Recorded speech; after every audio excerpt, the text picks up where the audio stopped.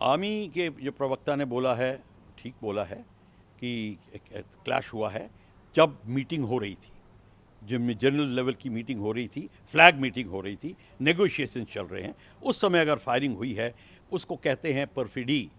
जो Geneva convention की language में ये एक क्राइम है, वॉर क्राइम है। और इन्होंने अगर ये परफिडी की है, मतलब धोखाधड़ी की है, तो इसका उनको खामियाजा भुगतना पड़ेगा। उनके ऑफकोर्स 11 घायल हुए हैं, 5 मारे गए हैं, पर उन्होंने ये कार्रवाई शुरू करी, तो इसके लिए तो इंक्वायरी तो पूरी होगी। वो भारत पे डिपेंड करता किस तरीके से करें। पर जो प्रवक्ता ने जो कहा बिल्कुल ठीक कहा है, पर ये जो है मीटिंग्स हैं वो स्थगित नहीं हुई हैं, वो चल रही हैं। इसका मतलब दोनों साइड कंट्रोल करने की कोशिश कर रही हैं। हमारे तरफ से ये बहुत दुख है हमें कि हमारे एक कर्नल साहब और 2 जवान शहीद हुए हैं। ये इसी कारण ये एक्शन लिया गया है।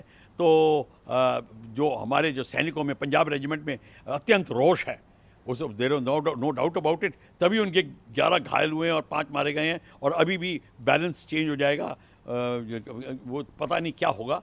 पर क्वेश्चन ये है कि अब चाइनीज़ को पता चल गया है कि वो अगर उन्होंने शहद की मक्खी के छत्ते में उंगली डाली है तो फिर उनको खामियाजा भुगतना पड़ेगा, और वो भुगत रहे हैं। देखिए, डिफेंस मिनिस्टर जब सीडीएस से मिलेंगे, इस समय चाइना का मुद्दा ज़रूर डिस्कस होगा, ऑफकोर्स पीओके का भी होगा।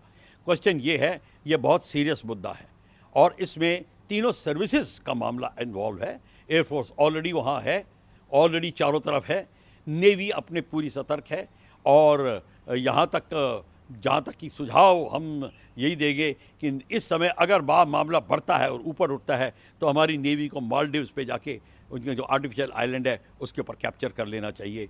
और जो जितने 40-50 किलोमीटर के इलाके हैं, हमारे को उसके ऊपर जाके स्ट्रेट अवे कैप्चर करना चाहिए, और फिर नेगोशिएटिंग चलने दीजिए।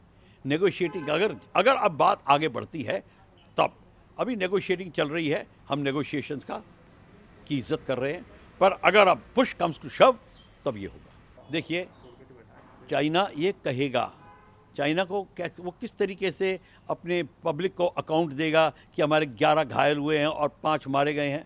क्यों? वो यही कहेगा कि ये भारत ने ऐसी कुरीति की है, अब ये अपने कूटनीति की है, या भारत ने कोई ऐसी धोखाधड़ी की चाल चली है जिससे हमारे को ये नुकसान भुगतना पड़ा। तो चाइना ये बात करने की कोशिश करेगा। और वैसे भी चाइना अपनी जनता का ध्यान और जगह से, बीजिंग में कोविड फैल रहा है, बहुत घातक हो रहा है, बीजिंग का जो नज़ारा वो उसको देख करेगा, चारों तरफ से उसकी चाइना के ऊपर प्रेशर पड़ रहा है।